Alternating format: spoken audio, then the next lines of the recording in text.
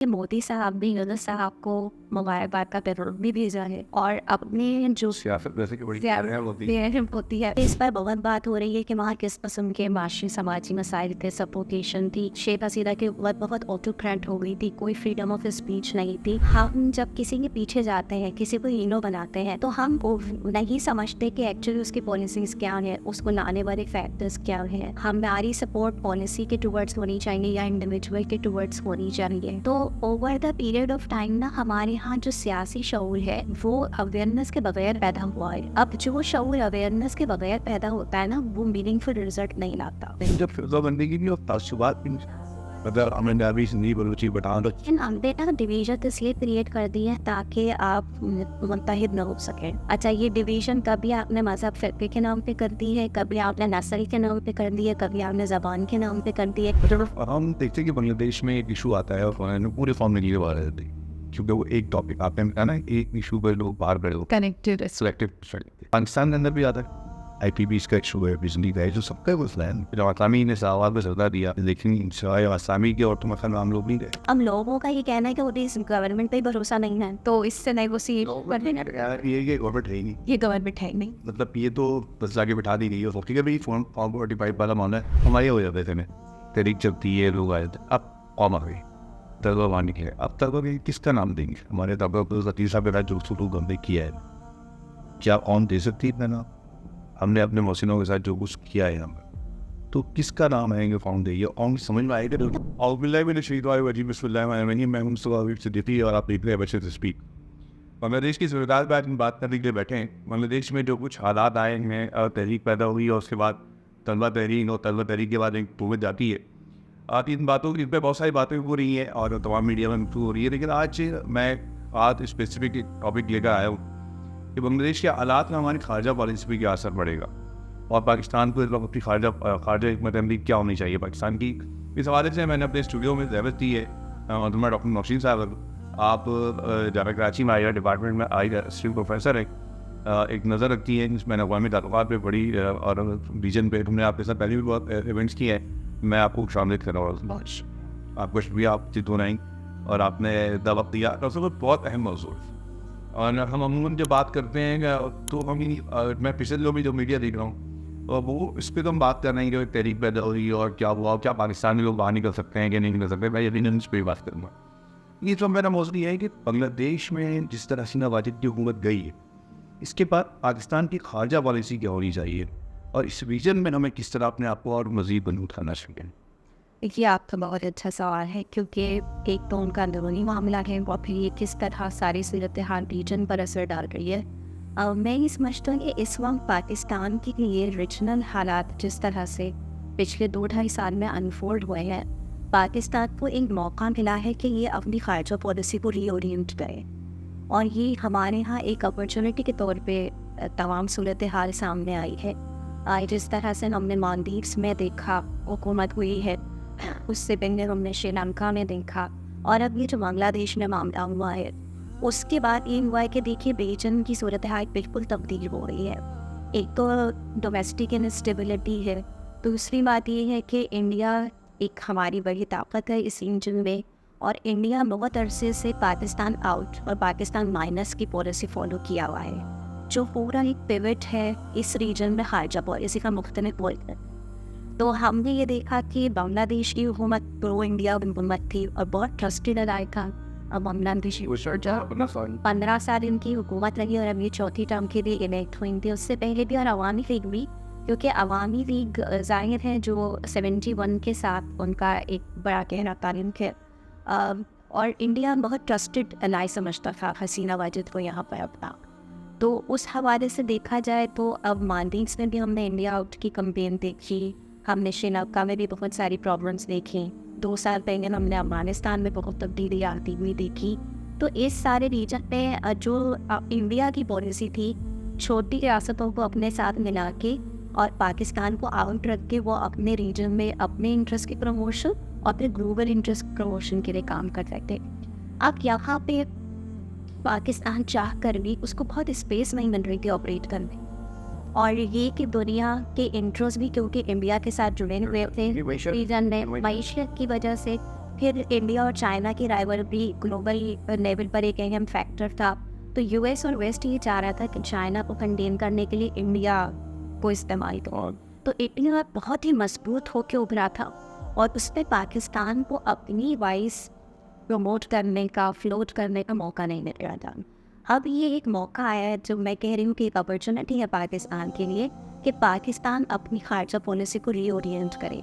अब पाकिस्तान को breathing space मिली है, सबसे पहले तो ब्रीदिंग स्पेस मिली है। इसमें अब पाकिस्तान ये देखे कि हम किस तरह नई बनने वाली हुकूमतों के साथ अपने ताल्लुकात बेहतर बनाए और वो मौका दे पाकिस्तान को अपने इंटरेस्ट को प्रमोट करने का। और फिर मैं साथ ही ये भी समझती हूँ कि हमें बहुत पॉजिटिव अंदाज में सारी सूरत हाल को देखना चाहिए। हमें ये समझना चाहिए कि हम फिर रिवेंज की पॉलिसी पे जाएंगे या रिवेंज करेंगे जो माजी में हम देखते रहे हैं, बल्कि हमें छोटी मुल्कों के साथ मिलके, मुझे देखें जो एक्सट्रीम पोजीशन इंडिया ने ली थी पाकिस्तान के खिलाफ और कश्मीर की रिवोक जो 370 इंडिया ने रिवोक किया था मकबूजा कश्मीर में, उसके बाद जो पाकिस्तान की पोजीशन है कि हम इंडिया से डायरेक्ट बात नहीं करेंगे जब तक वो रिवर्स नहीं करता। तो अब ये एक विंडो ऑफ अपॉर्चुनिटी दोनों के लिए है। इंडिया की भी देखिए गवर्नमेंट अब उतनी मुस्तहकम नहीं है जितनी हमने रोबी की पिछली 2 हुकूमतें देखी थी। अब ये एक हमें, मैं ये समझता हूँ पूरे रीजन को एक अपॉर्चुनिटी मिली है कि हम मल्टीलेटरल डिप्लोमेसी को प्रमोट करें। इसमें अगर हम इंडिया की खारजा पॉलिसी की बात करते हैं, इंडिया क्योंकि बांग्लादेश में जब इंडिया की अपनी गवर्नमेंट थी, मैंने हसीना वाजपेयी का मोदी का वजीर, ये बात यही जाती है तो आज नहीं है।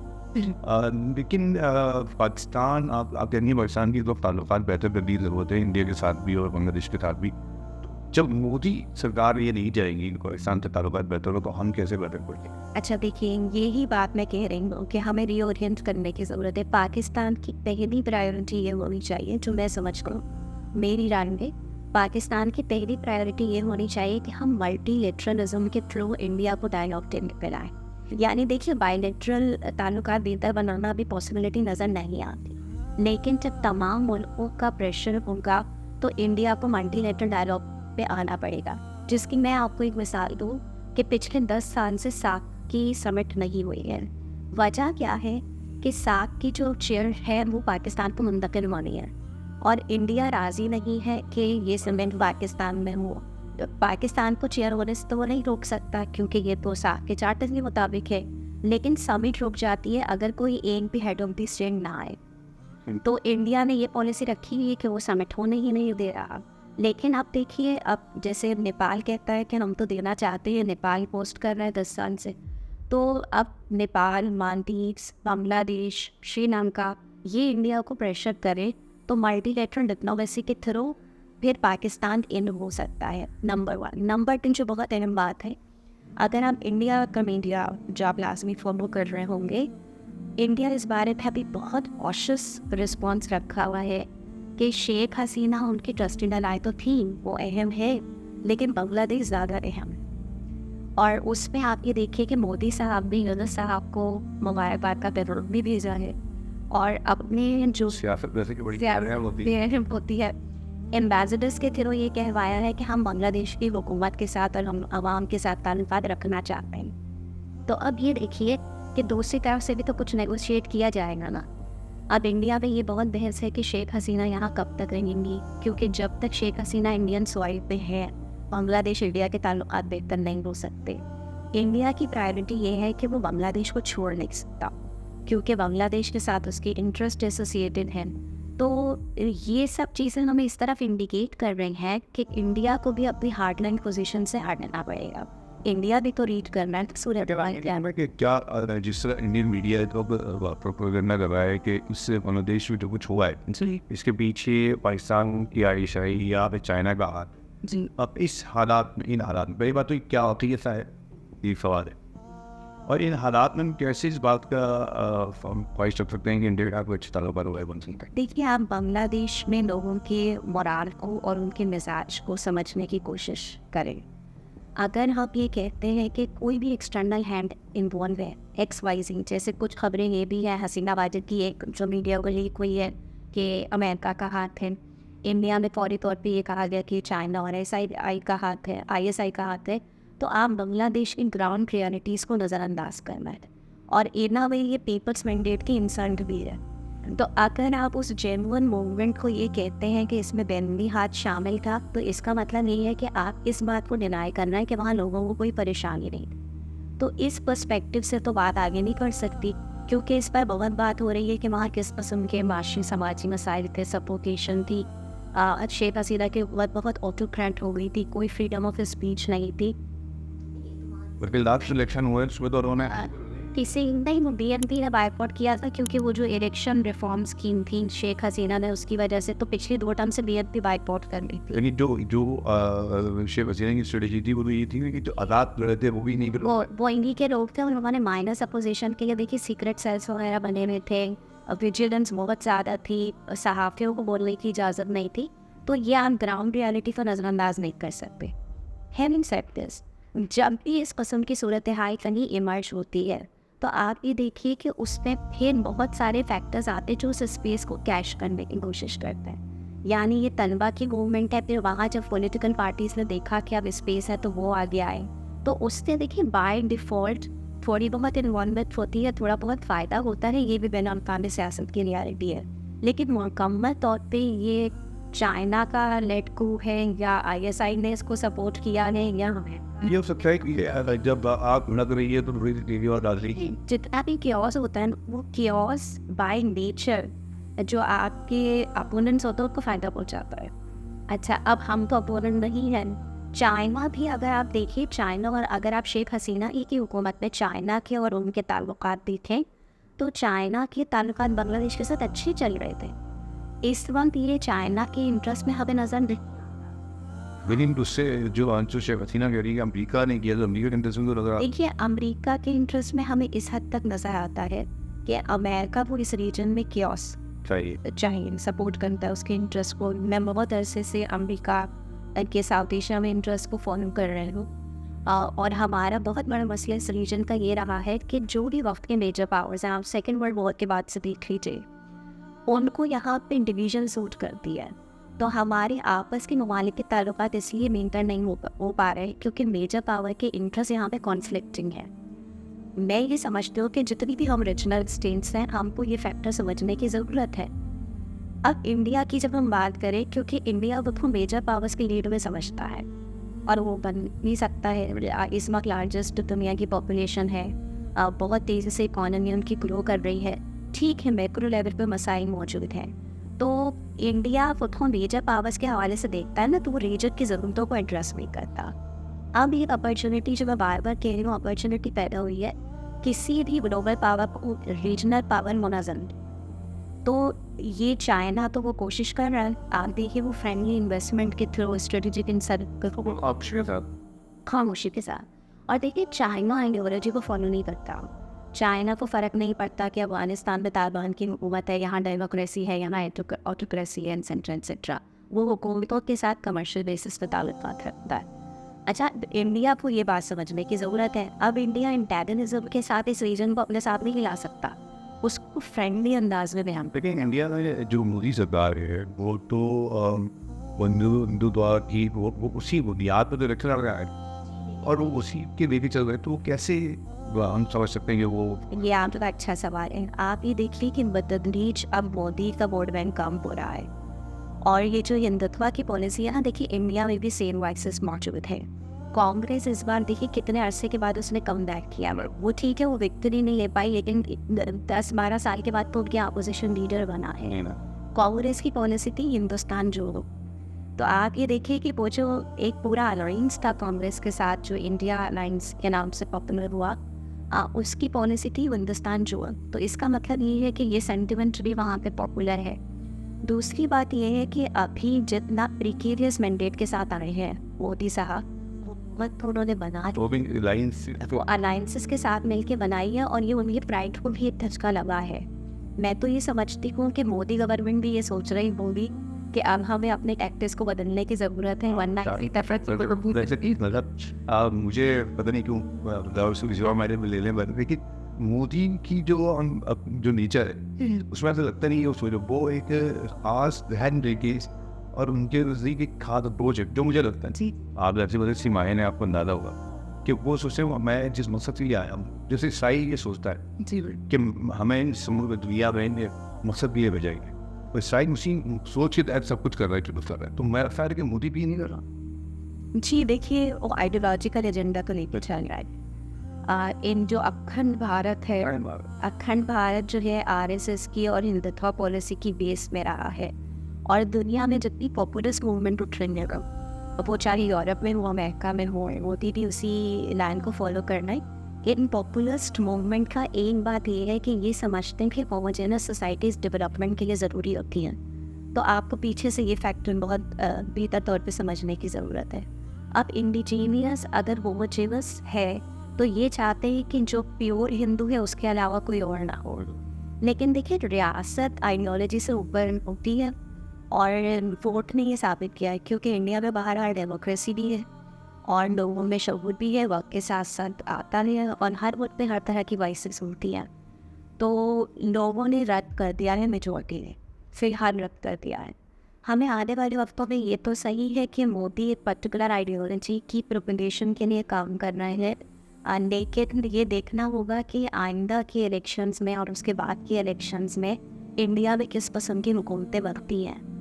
मेरा ख्याल है कि मोदी तो एक इंडिविजुअल है और उनके साथ भी जो लोग वाबिस्तान हैं, यानी रियासत बहुत सारे इदारों का कॉम्बिनेशन होती है।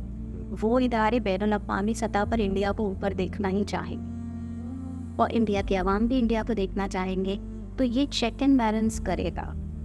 मतलब ऐसा नहीं है मुझे जो इस वक्त का मैंडेट है, अब कांग्रेस अगर डिलीवर करती है, अगर बाकी रीजनल हुकूमतें वहाँ पे डिलीवर करती हैं और रीजन के साथ ताल्लुकात बेहतर होते हैं, तो अगली हुकूमत तो मोदी साहब की नहीं नजरें।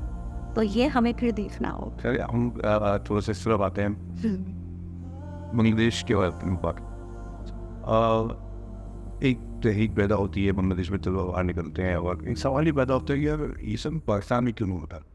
मतलब इस तरह जुल्म चीना वाजिद ने मार किया है, चाहे उसमें जो 1931 की वॉर में नवाज इस्लामी के लीडर अगर लड़ाई उनको वाक़या देना और वहाँ की BNP को अल्लाह जिया को बंद कर देना, 12 साल 11 साल वो जेल में नहीं हुआ, और दीगर भी जो उनके मुजालिम में उसके बाद आसन प्यार ये हुआ कि पब्लिक बाहर नहीं कर रही।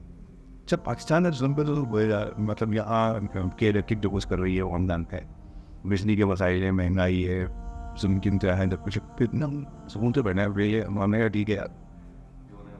ये सवाल मेरा पसंदीदा सवाल है और इसके 3-4 पहलू हैं।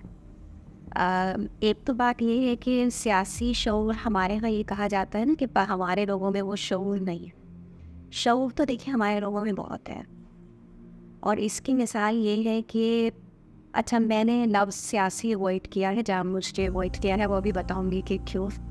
शऊर तो हमारे यहाँ बहुत है। शऊर ये है कि देखिए हमारा अवाम जब ये समझता है कि ज़्यादती हो रही है, किसी के साथ ज़्यादती हो रही है, हमारा माहौल किसी को हीरो बना के पेश कर देता है, तो हमारी आवाम उसके पीछे खड़ी हो जाती है और वो निकलती है, इलेक्शन में वो वोट भी देती है। फिर ये और बात है कि वो मैंडेट चोरी हो जाता है।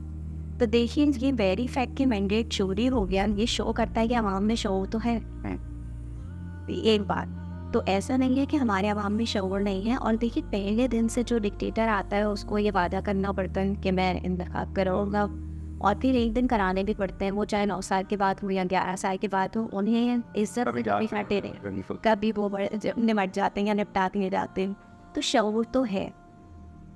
हमारे प्रॉब्लम ये है कि ये सियासी शऊर अभी मैच्योर नहीं हुआ है, यानी हम सियासी तौर पे बहुत फहम वाले लोग हैं। अच्छा, ये बात मैं क्यों कह रही हूँ कि सियासी तौर पे बहुत फहम वाले लोग नहीं हैं। हम जब किसी के पीछे जाते हैं, किसी को हीरो बनाते हैं, तो हम को नहीं समझते कि एक्चुअली उसकी पॉलिसीज़ क्या हैं, उसको लाने वाले फैक्टर्स क्या हैं। हमारी सपोर्ट पॉलिसी के टुवर्ड्स होनी चाहिए या इंडिविजुअल के टुवर्ड्स होनी चाहिए। तो over the period of time ना, हमारे यहाँ जो सियासी शऊर है वो अवेयरनेस के बगैर पैदा हुआ है। अब जो शऊर अवेयरनेस के बगैर पैदा होता है ना, वो मीनिंगफुल रिजल्ट नहीं लाता। तो और इसमें देखिए, हमारे तालीमी निज़ाम की गलती है, हमारे सियासी निज़ाम की गलती है, हमारी सोसाइटी में मेंटोरशिप नहीं है, तरबियत की कमी है, सियासी तरबियत की भी कमी है। फिर हमारे यहाँ जो सिविल सोसाइटी एक्टिव नहीं है, जो हमारे यहाँ पॉलिटिकल पार्टीज़ हैं वो ऑर्गेनिक नहीं है। यानी पॉलिटिकल पार्टीज़ भी करेक्टर के साथ काम नहीं करती, वो अपने मफाद के साथ काम करती हैं। तो देखिए जो शऊर होता है लोगों को उसको गाइड करने के लिए एक फोर्स होती है। हमारे यहाँ हर सतह पे, यानी हमारे यहाँ रिलीजन का काम रहा है इस हवाले से, क्योंकि देखिए ना आप हमारे यहाँ कौन सी ऐसी रीजनल पर्सपेक्टिव भी है, मतलब रीजन के हवाले से, सॉरी रिलीजन के हवाले से कोई ऐसी मजहबी शख्सियत, कोई सियासी शख्सियत, कोई इल्मी शख्सियत जो माशरे के लिए रोल मॉडल हो और नई जनरेशन पैदा कर। नहीं, हमने ये भी तो किया ना कि अगर कोई ऐसी शख्स, मिसाल के तौर पर हम बात करते हैं, तो मतलब मैं नाम इसलिए ले रहा हूँ कि उसके मैं डॉक्टर सार एन जी मार्किन से या अभी ये हमारा तारिक जवीज़ साहब की बात से, इसी तरह एक और वो दो तालिम सफाई साहब, ऐसी शख्सियत आती तो है नहीं ना, हमको तकसीम कर देते हैं फ़िरक़ों में कि यार ये है तो इस डब्बे के हैं, ये तो इस डब्बे के हैं, और इसकी वजह से हम देखिए कि ये एक और अहम पहलू है। जो स्टेटस को की फोर्सेस होती हैं उन्हें डिवीज़न सूट करती है। तो जब अच्छा क्योंकि ये डिवीज़न और केओस में ना वो अपने इंटरेस्ट को पेनिट्रेट कर सकते हैं। अब हमारे यहाँ ये सब कुछ क्यों नहीं है जो मैं कह रही हूँ, और हम डिवीज़न क्यों करते हैं? क्योंकि देखिए हमारे मुल्क का एक बहुत अहम मसला है सिविल मिलिट्री रिलेशंस में इम्बैलेंस। अब उसमें क्या है कि हमने देखा है कि बहरहाल अभी हमारे यहाँ सिविल गवर्नमेंट से स्ट्रॉन्ग नहीं हुई है। अच्छा हमारे सिटी गवर्नमेंट रंगी कभी रहने नहीं दी गई, और उसकी भी बहुत इस पर बल्कि एक अलग प्रॉब्लम, मतलब मैं इस पर ये हो सकता है कि सिविल गवर्नमेंट थी कौन सी ये बता दें। कौन जो पहली हमारी कॉन्स्टिट्यूएंट असेंबली थी बस वो सुनी, फिर उसके बाद से कोई नहीं रही है, और फिर उसकी वजूहत है, और फिर उसका हमने नुकसान भी उठाया है। अच्छा ना फिलहाल ये हुआ है कि हम डिवाइड इसलिए कर देते हैं, फिरकों में डिवाइड कर देते हैं, और ये लोगों में शऊर नहीं है तो वो फिरका बंदी का शिकार हो जाते हैं, यानी वो शऊर में छोड़ नहीं। जब फिरका बंदी की भी और तासुबात भी, मतलब हमने डाबी सिंधी बलूची पठान, लेकिन हमने ना डिवीजन इसलिए क्रिएट कर दी है ताकि आप मुत्तहिद न हो सकें। अच्छा ये डिवीज़न कभी आपने मज़हब फ़िरक़े के नाम पे कर दी है, कभी आपने नस्ल के नाम पे कर दी है, कभी आपने ज़बान के नाम पे कर दी है, कभी आपने रिसोर्स के नाम। ये हम जिस तरह भी मिसालें देते हैं, तो क्या बांग्लादेश में ऐसी डिवीजन नहीं है? वहाँ क्या एक ही ज़बान पाएगा? अच्छा देखिए बांग्लादेश में एथनिसिटी तो होमोजेनस है ना, बंगाली है, वहाँ एथनिक डिवीज़न इतनी ज़्यादा नहीं है। दूसरी बात ये है कि पॉलिटिकल शऊर बांग्लादेश में बहुत ज़्यादा रहा है। अगर आप पाकिस्तान की मूवमेंट भी देखें तो पाकिस्तान में हमारे यहाँ जो सियासी जमहूरी शऊर था वो बंगाल की लैंड से था। जी बिल्कुल। तो आप ये देखिए कि वहाँ पे हिस्ट्री रही है। फिर दूसरी बात ये है कि वहाँ पे सिविल सोसाइटी हमेशा से स्ट्रॉन्ग रही है। बंगाल का जो नेशनलिज्म है ना, वननेस, बंगाल का नेशनलिज्म 19वीं सदी से 18वीं सदी से ट्रेस किया जाता है, और जो बंगला नेशनलिस्ट मूवमेंट है वो पाकिस्तान मूवमेंट से पुरानी है, वो 1930 में शुरू हो गई थी। पाकिस्तान मूवमेंट तो इन रिलीजियस मूवमेंट, यानी नाम तो रिलीजन का ही इस्तेमाल हुआ है, सियासी उसके डायनामिक्स और थे। तो Bengali movement, nationalist movement Pakistan movement में मर्ज हुई थी, तो ये वो शऊर वहाँ से चला होता है, तो वो हमें नज़र आता है। अच्छा जो डिवीज़न थी वो बेशक मौजूद थी, उसको एक्सप्लाइट भी किया गया, लेकिन वो होमोजेनिटी और वो शऊर वो लोगों को बाहर लेकर आया है। अच्छा हमारे यहाँ मतलब इसका मतलब एक हम कभी ये उम्मीद नहीं कर सकते कि हमारी चूँकि दहशत ये कौन कहते हैं आप यार एक कौमी ही तो बनेंगे क्या, तो हम जब भी निकलते हैं तो हम किसी पंजाब की सूरत में निकल रहे होते हैं, हम सिंध की सूरत में निकल रहे होते हैं, लेकिन कौम की सूरत में नहीं निकलते। देखिए जब तक इदारे मजबूत नहीं होंगे, नेशन बिल्डिंग हमारे जैसी सूरत हाल में, यानी हमारे अमेरिका की भी तारीख ऐसी है, नेशन बिल्डिंग वहाँ कितनी हेट्रोजेनस एटमॉस्फेयर में हुई है, इदारे नेशन बिल्डिंग करते हैं, हमें अपने इदारों को मजबूत बनाने की ज़रूरत है। अच्छा नेशन बिल्डिंग ये स्ट्रक्चर्ड अमल है। अगर आप पॉलिटिकल साइंस के कॉन्सेप्ट्स के हवाले से देखें, और रियासत स्ट्रक्चर करती है नेशन बिल्डिंग थ्रू इंस्टीट्यूशंस।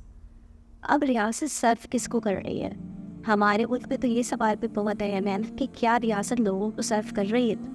अगर रियासत का ही इंटरेस्ट है कि तोड़ के रखो, जो अभी आपने पहले बात की थी, तो फिर जोड़ेंगे कैसे? ये तो मैं सवाल करना चाह रहा हूँ कि हमारी रियासत का इंटरेस्ट क्यों रहता है, मतलब वो हम क्यों नहीं समझते हमारी रियासत, हम ये क्यों नहीं मानती कि वो गवर्नमेंट है, वो अपना वो गवर्नमेंट क्यों नहीं मानती? अच्छा देखिए असल में जो ये इलीट कैप्चर, हालांकि उसके भी डिफरेंट डायनामिक्स है, लेकिन हमारे जो सियासत को रन करने वाले हैं वो इंडिविजुअल इंटरेस्ट पे काम करता है, वो कलेक्टिव इंटरेस्ट पे काम नहीं करे। जिस वक्त तक हमारे पास जैसे देखिए participatory form of the government मांगी ही इसलिए जाती है, participatory form of government income से होती है। जब लोगों में से आएंगे मुंतखब होकर तो वो लोगों के लिए काम करेंगे। हमारे यहाँ अभी कलेक्टिव डिसीजन मेकिंग नहीं है, इंडिविजुअल इंटरेस्ट पे काम है। चल महफिल से पिछले 76 साल बाद हम ये बात नहीं कर रहे हैं, अभी तक हम ये बात हम एक आदमी है उससे नहीं है जो मैं और बात कर रहे हैं, कहता है यार हमें जो बातें जी उसको मसाइल लेकिन क्या आम आदमी जिम्मेदार नहीं होते जब वो वोट डालने जा रहा होता है तो वो किन बुनियादों पर वोट डाल रहा होता है उसको नहीं पता होता। ये तो बात आप समझ जाइए ना कि मैंडेट चोरी क्यों हो रहा है। देखिए ये बात तो मैं और आप फिर बहुत अच्छी तरह समझते हैं, और इसीलिए मैंने कहा कि आवाम तो तब्दीली चाहता है। अच्छा, आवाज तब्दीली चाहता है कि हम खुद तब्दीली होना है, आवाम खुद तब्दीली, क्योंकि वो उसको रोल मॉडल नहीं मिल रहा है ना। अच्छा हम देखते हैं कि बांग्लादेश में एक इशू आता है और पूरे फॉर्म में नहीं बाहर रहती क्योंकि वो एक टॉपिक आपने बताया ना, एक इशू पर लोग बाहर खड़े हो कनेक्टेड सिलेक्टिव स्टडी। पाकिस्तान के अंदर भी आता है IPB का इशू है, बिजली का है, जो सबका मसला है। जब आसामी ने सवाल पर सजा दिया लेकिन आसामी के और तो मसला आम लोग नहीं गए। देखिए मुख्तलिफ शहरों में जहाँ उन्होंने धरने की कॉल दी वहाँ लोग तो पहुँचे, और मसला ये भी है कि इस्लामाबाद में धरना हो रहा था और फिर वो रिसोर्स को मोबिलाइज़ करना और लोगों को लेकर आना। एक और अहम बात ये भी है कि हमारे यहाँ सियासी इश्यूज़ पे लोग ज़्यादा निकल आते हैं। यानी आप ये देखिए कि एक लीडर आके जब कॉल देगा तो उस पर तो लोग उठाते हैं। इसका भी वही मसला है कि शऊर इतना पुख्ता नहीं है कि किन इश्यूज़ पे जाके बात करनी है। जो मैंने आपसे कहा कि शऊर तो है हमारे यहाँ, लेकिन अवेयरनेस की बहुत कमी है। तो हमें ये मालूम नहीं है, हमारी क्योंकि सियासी तरबियत नहीं हुई है ओवरऑल इस कौम की, तो इसे ये मालूम नहीं है कि निकलना किस तरह है अपने हुकूक की जद्दोजहद के लिए। तो ये भी हमें एक बहुत बड़ी कमी नज़र आती है। हमें ये नहीं मालूम कि हमारी ज़िंदगी को फौरी तौर पे बेहतर बनाने वाले इश्यूज कौन से हैं। कुछ एक बात ये है कि हमें इतना डिसइंशन है और डिसओरिएंटेड है कि हमारे ट्रस्ट डेफिसिट बहुत है। तो उस ट्रस्ट डेफिसिट होने की वजह से भी आपको पॉलिटिकल पार्टी की एफिलिएशन से जोड़ देते हैं। यानी ये जमात इस्लामी का धरना है तो आवाम की बुनियाद से जमात के लोग ही जाएंगे। तो बेसिकली वो जो डिवीज़न की सियासत है ना, पोलराइजेशन है, वो हमें हर जगह नज़र आता है। ये भी है कि हमारे तो सियासी पार्टियों ने जिस तरह के मामला किए हैं लोगों के साथ, जी लोग थक गए, लोग थक गए हैं। और इनको ये है कि कहते रहो कोई फ़र्क नहीं पड़ता, हमने वोट डाला था क्या हुआ। सबसे बड़ा आदमी की तो सोच ही यही, सबसे बड़ी बात है सबसे बड़ी वोट के फायदे। जी। और आप ये देखिए कि इस गवर्नमेंट पे ट्रस्ट, जबकि 8 फरवरी के इलेक्शन में उन्हें जिस तरह राय का इनकार किया था, जी ये इनकलाब था। देखो लोग निकले, और ये बड़ी बात है। वो कौमी शऊर, हमें सियासी शऊर नज़र आया। अब लोगों का ये कहना है कि उन्हें इस गवर्नमेंट पे भरोसा नहीं है, तो इससे नहीं वो सी ये गवर्नमेंट है ही नहीं, ये गवर्नमेंट है नहीं। मतलब ये तो बस जाके बिठा दी गई है। ठीक है भाई, फॉर्म 45 वाला मामला है। मतलब अगर हम बांग्लादेश को अपने से रिलेट करते हैं और ये देखते हैं कि बांग्लादेश के पाकिस्तान के अंदर एक गवर्नमेंट बनती है जिसके बारे में यकीन ही है कि फॉर्म 45 की पैदावार है, सबको पता है। और इसको मतलब जो असल जीतने वाले लोग थे उनको बिठा दिया गया। कल भी हमने देखा 3 और MNS वो खटना लगा दिया गया और ये MNS जीते। लेकिन इसके बाद ठीक है, मैं कहता हूँ कि लोगों को गिरफ्तार किया गया, बंद कर दिया गया, कुछ हुआ, फिर ये तहरीकें तो चलती हैं ना, लेकिन हमारी नहीं चलती। हमारी तो बैठ जाती है। हमारे यहाँ फोर्सेस ऑफ सप्रेशन काफ़ी स्ट्रॉन्ग है। ऐसी बात नहीं है कि बैठ जाते हैं, बिठा दिए जाते हैं। आपने भी एक सवाल करते हुए कहा कि मैं ये सवाल नहीं कर सकता। हमारे यहाँ भी मूवमेंट चलती है, लेकिन जिन भाषाओं में आज़ादी नहीं होती कहने की, सोचने की, वहाँ पे मूवमेंट सस्टेन नहीं कर सकती। आवाज़ें तो बंद नहीं होती, आवाज़ें उठती हैं, लेकिन उनकी आवाज़ों को सस्टेन करने के लिए माहौल चाहिए होता है। देखिए आप एक पौधा लगाएंगे तो उसकी आबियारी करनी पड़ती है। हमारे यहाँ ये आबियारी के माहौल पे नहीं। वैसे ये कि अगर हम देखते हैं कि आज बांग्लादेश हुकूमत बन जाती है, BNP आ जाती है, और भी आज आप देखेंगे बांग्लादेश में तो 2 तलबा तो भी उसमें इंटरिम गवर्नमेंट शामिल किया गया। ये बड़ी बात है जी कि वो मूवमेंट लेट कर रहे हो। और ये तलबा ने बल्कि फौजी गवर्नमेंट को भी मानने से इनकार कर दिया, मानने से इनकार कर दिया। उन्होंने यूनुस साहब का नाम दिया। और देखिए हम पाकिस्तान के हवाले से बहस हो रही थी कि अगर ऐसा हो भी जाता है तो ये कौम किसका नाम दे। यही मैं देखना चाह रहा हूँ कि हमारे हो जाते थे, तहरीक चलती है, लोग आ जाते, अब कौम आ गई, तलबा मारने के लिए। अब तलबा के किसका नाम देंगे? हमारे तलबा को लतीफ़ साहब के जो सुलूक हमने किया है, क्या कौन दे सकती है इतना नाम? हमने अपने मोहसिनों के साथ जो कुछ किया है हम, तो किसका नाम आएंगे फाउंड ये और समझ में आएगा। तो मैं ये कह रही हूँ कि हम कनेक्टिव गुड के लिए यूनाइटेड नहीं है अभी तक, और इसी वजह से एक सवाल के जवाब में मैंने आपको ये कहा कि मुझे अभी मुस्तक़बिल में पाकिस्तान में ऐसी मूवमेंट्स कामयाब होती हुई नज़र नहीं आ रही। उसकी बड़ी वजह ही यही है। देखिए हम ना हमारी पॉलिटिकल हमारी जो सियासत है वो रीजनल सियासत में डिवाइड हो गई है। हमारा जो मज़हब है जो बहुत बड़ी यूनाइटिंग फोर्स है वो फ़िरक़ों में डिवाइड हो गया है। हमारी तालीम निसाबों में डिवाइड हो गई है। इससे मसाइल बहुत तरह के हैं, तो इसमें आप किसको कहेंगे? क्या ऐसा हमारे यहाँ जैसे आप ज़्यादा चाची से ताल्लुक़ रखती हैं, उनके सामने एक ऑडियंस है पकड़ी ना, रेस्टोरेंट्स हैं सब। पाकिस्तान सतह पर कोई थिंक टैंक बनाए गए जो प्लान करे चीज़ों को, जो हुकूमत को 5 साल 10 साल की पॉलिसी दे और फिर इस पर काम करो। देखिए पॉलिसी इंस्टीट्यूट्स बहुत से हैं और इदारों में रिसर्च भी हो रही है, बहुत अच्छे बोलने वाले भी हैं। अहम बात ये है कि सुनेगा कौन। अच्छा, जो इस पर बैठे हैं जिनको फैसला करना है। देखिए जो तब्दीली का अमल होता है ना, जो पायदार तब्दीली होती है जिसको हम कंस्ट्रक्टिविज्म कहते हैं, वो टॉप टू बॉटम होता है। अच्छा, ये बड़ा कहा जाता है कि बॉटम से ऊपर जाओ, लेकिन जो मेरा ज़हनी तरबियत है, जो मेरी तालीम है थोड़ी बहुत, मैं तो ये समझती हूँ, मैंने जितनी जगहों का मुशाहिदा किया है दुनिया में, तब्दीली ऊपर से बना जैसा होगा वैसे आवाम और क्योंकि उनके हाथ में तो स्टेट मशीनरी है, वो इंस्टीट्यूशन को इस्तेमाल करते हैं, वो जो होते हैं वो पॉलिसी को इम्प्लीमेंट करते हैं। अब ऐसा नहीं है कि उनमें शऊर नहीं है, उनमें शऊर बहुत है। मफाद शऊर से पहले है, तो जहाँ मफाद शऊर से पहले होता है ये उनको सूट करता है।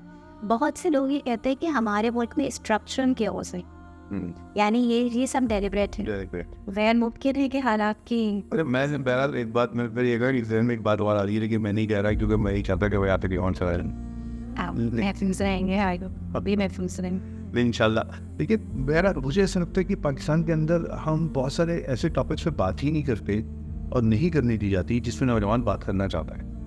मतलब पाकिस्तान बना, एक सवाल है आखिर क्यों बना, नौजवान सवाल करता है, क्या तहरीक पाकिस्तान अखीरी थी, नौजवान सवाल करता है। और तहरीक पाकिस्तान के में जो लोग शामिल थे उनका मकसद क्या था, लेकिन हम इन सवालात को एड्रेस नहीं कर रहे, ऐसे नहीं कर रहे। क्या एक वक्त ऐसा नहीं है कि नौजवान बिल्कुल मायूस हो जाएगा अगर ठीक है आज? देखिए वर्क डिसोरिएंटेशन की तो यही वजह है, लेकिन मैं ये समझती हूँ कि इन सवालों को करने की नौयत क्या होनी चाहिए। अगर हम इन सवालों को इस तरह उठाते हैं कि हमें कंट्रोवर्सी क्रिएट करनी है फ़ौनी सतह पे, तो ज़ाहिर है प्रॉब्लम होती है। लेकिन अगर हम इन सवालों को इल्मी सतह पे उठाते हैं तो क्लैरिटी आती है। मैं ये समझती हूँ कि हमको इन सवालों को इल्मी सतह पर उठाने की ज़रूरत है। यानी देखिए तारीख़ सीखने के लिए होती है। अगर आपका जवाब किसी सवाल के नतीजे में हाँ या ना में है, तो इसका मतलब चीज़ों को अंडू करना या डिनाई करना नहीं होता। इसका मतलब ये होता है कि तारीख से सबक क्या सीखा जाता है। अब हम अगर इल्मी सतह पे सवाल उठाते हैं कि क्या सबक सीख सकते हैं, क्योंकि तारीख हमारे मौजूदा मसाइल का जवाब देती है, और फिर हम उसमें मौजूदा मसाइल को रीडिफाइन करने की कोशिश करें, तो मुझे उम्मीद है कि हम बहुत ज़रूरी नहीं है कि हम सवालात के जवाब तो हम मीडिया पे आके बात करें, बहुत क्लासरूम्स में ये डिस्कशंस होती है। अब जैसे आपने बात की कि जैसे हम जामिया कराची में हैं और हमारे डिपार्टमेंट में हम अपनी सतह पे कोशिश करते हैं, मगर आप ये देखिए कि हायर एजुकेशन में इस मुल्क में कितने लोग जाते हैं, 2 to 3%। उन 2 to 3% में से सोशल साइंसेस में कितने परसेंट आते हैं। तो ये जो शऊर है ना, ये बहुत ही लिमिटेड शऊर है। तो हमें वहाँ उस लेवल पे ये शऊर मौजूद है। हमें ऐसे बहुत सारे लोगों को आगे लाने की ज़रूरत है। हमें अपने मीडिया पे संजीदा प्रोग्राम करने की ज़रूरत है। हमें कंस्ट्रक्टिव तनकीद करने की ज़रूरत है और उसको सीखना चाहिए। तो मैं तो अक्सर ये बात सोचती हूँ कि क्लासरूम का शऊर तो है, लेकिन वो है ही कितना, 0.2%। तो 0.2% इस 22-23 करोड़ को कैसे संभाल? चलिए वैसे मैंने हमारी मेम्बर हैं मिलवाऊंगा हमारी MSM प्रोडक्शन की, जो हमारा इदारा है, वो कल मुझसे कह दी कि आप जो इतनी मेहनत कर रहे हैं इसका फ़ायदा है फ़ायदा। तो मैंने कहा यार मैं तो ये कहता हूँ कि मुझे अपने हिस्से का काम करो। तो मैं बहुत सेटिस्फाई रहता हूँ, तो मेरा दिल मुतमईन रहता है कि मेरा काम था, अल्लाह ताला ने मुझे जिम्मेदारी दी थी, मैंने काम कर दिया। अल्लाह जाने अल्लाह की दुनिया है। और देखिए लोग लेते हैं आपसे शऊर। अब मैं ये कहता हूँ मुझ में थॉट की बहुत ज़ाहिर है, आप सवाल करते हैं, हम अपने आप पे मज़हब पे हर चीज़ पे सवाल करते हैं, तो जब हम अच्छे लोगों को सुनते हैं तो हमें नई डायरेक्शंस मिलती हैं और हम टोटल सोचते चलिए बहुत शुक्रिया आपका। हमने मतलब भाई मैंने कहा ना कि मौजूद बात से बात निकलती चली जाएगी और हम नए कहाँ तक चले जाएंगे। लेकिन आज ही की गुफ्तगू में 3-4 ऐसे टॉपिक्स मिल गए कि अब से फिर बैठना पड़ेगा और मैं इंशाल्लाह मैं आपको ज़्यादा दूंगा अगर आप मौका आए दोबारा हमारे पास। और मुझे उम्मीद है कि आज के इस गुफ्तगू से हमारे नाज़रीन ने कुछ सीखा होगा। आपके जवाबात का इंतज़ार रहेगा, सवालात का इंतज़ार रहेगा। डॉक्टर नौशीन से अगर कोई सवाल करना है तो आप मुझे इनबॉक्स कर दिएगा, मैं डॉक्टर नौशीन तक पहुँचा दूँगा। इंशाल्लाह उसका जवाब भी हम आपको देंगे। बहुत शुक्रिया। अल्लाह हाफ़िज़।